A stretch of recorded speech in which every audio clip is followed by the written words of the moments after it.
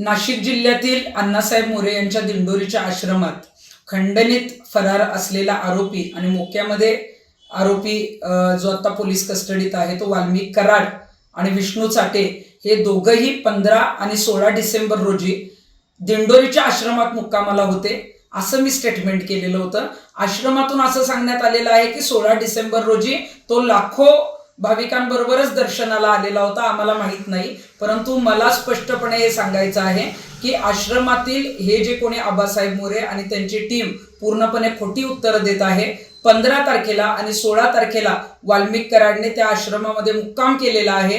त्याचे जे CCTV footage आहे ते सीआयडी कडे आहेत आणि सीआयडीच्या अधिकाऱ्यांना मी हीच विनंती करेन की आपला तपास पूर्ण झाल्यानंतर हे जे फुटेज आहेत ते आपण सार्वजनिक करावे, कारण या आश्रमामध्ये त्याला वास्तव्य करण्यास दिलेलं होतं, त्याला आश्रय दिलेला होता आणि जो अशा फरार असलेल्या आरोपींना आश्रय देतो तो त्यांना गुन्ह्यात जो आहे तो मदत करत असतो, त्या कटात सामील आहे अशा पद्धतीचं जे आहे ते मानण्यात येतं।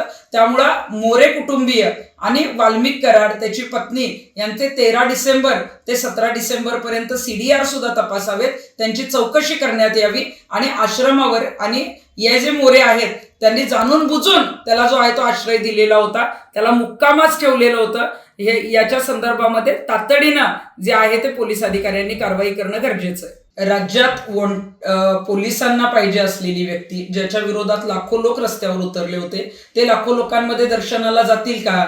जर ते लोकांना तिथं दर्शनासाठी दिसले असते तर त्यांनीच पोलिसांना ताब्यात दिलं असतं। आणि आश्रमाचे जे काही प्रवक्ते आहेत ते सांगतायत की आम्ही VIP ट्रीटमेंट दिली नाही, तर हे पूर्णपणे खोटं आहे। वाल्मिक कराड हा आश्रमामध्ये दिंडोरीच्या आश्रमामध्ये 2 दिवस मुक्कामाला होता आणि याचा तपास जो आहे तो सखोलपणे पोलिसांनी करणं गरजेचं आहे आणि गृहमंत्र्यांनी सुद्धा हे प्रकरण दाबलं जाणार नाही याचे आदेश देणं गरजेचं आहे।